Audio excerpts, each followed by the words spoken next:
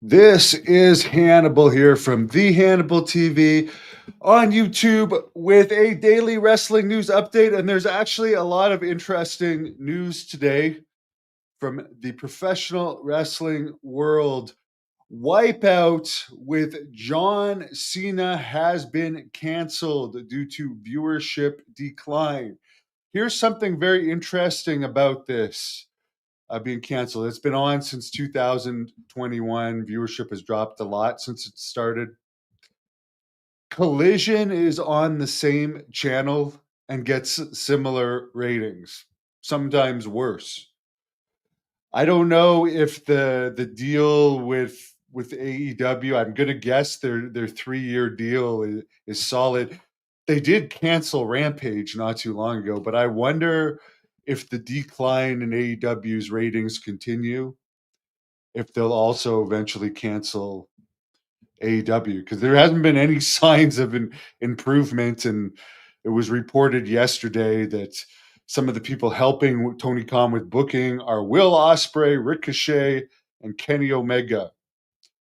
And not only that, but people like Jericho, MJF, and John Moxley have a lot of creative control. You're basically looking at AEW, where the inmates, or at WCW, where the inmates are running the creative asylum. Anyways, here's some interesting news. Abdullah the Butcher, his house that was in numerous um, videos of him over the years, a 16:9 documentary, Dark Side of the Ring. He's, I guess, selling his house in Atlanta. This is not the house that he lived in with his wife. This is the house that he lived in with his mistress. Well, was his mistress, but ended up turning into his girlfriend or whatever. The one with the woman that has the hat that looks like the hat that Whoopi Goldberg wore when she was on Star Trek. There, her name's Jocelyn Marshall. They used to live in that house that I guess is on the market now.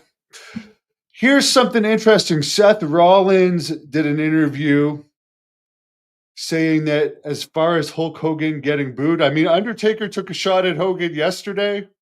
Seth Rollins today says he's all for people getting what they deserve, and he thinks Hogan needs to take more responsibility for the mistakes he's made in the past.